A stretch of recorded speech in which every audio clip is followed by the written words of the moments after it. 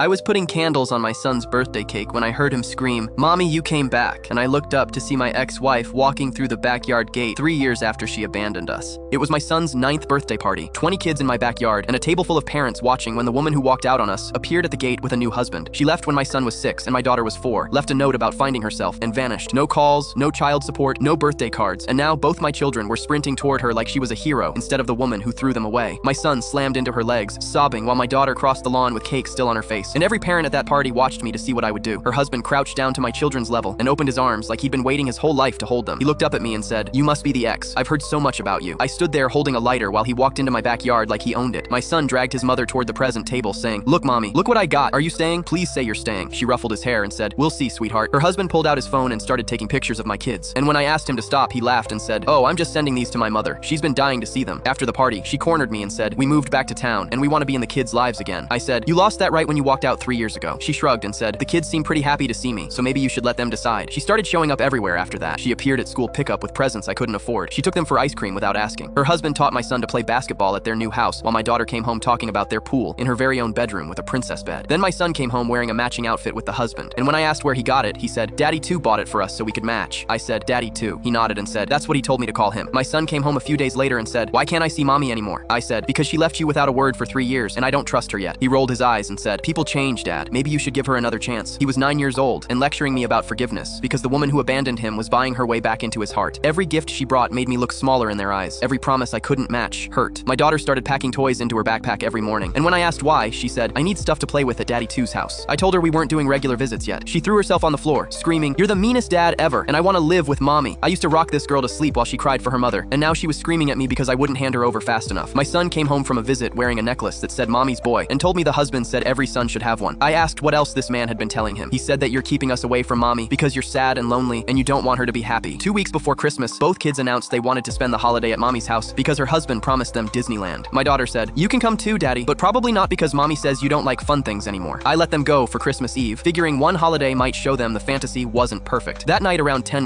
my son called sobbing and said, "Daddy, please come get me. I want to come home." I broke every speed limit. My ex met me at the door and said he's being dramatic about something he overheard out of context. My son pushed past her and buried his face in my coat. I told her to get my daughter now. In the car, he told me he heard them fighting in the kitchen. Her husband said, "I'm so tired of playing house with someone else's kids. When are we going to start our real family?" My ex told him to be patient because the kids made their adoption application look better. Then her husband said, "I didn't sign up to raise your mistakes for 2 years just to check a box." I went back to that house and said, "I'm taking both of my children home." Her husband appeared behind her and said, "Oh, for God's sake, just let him take them." My son looked at his mother and said, "You don't even want us back, do you?" She opened her mouth, but nothing came out. We had Christmas morning at our little house with our little tree, and we never talked about Disneyland again.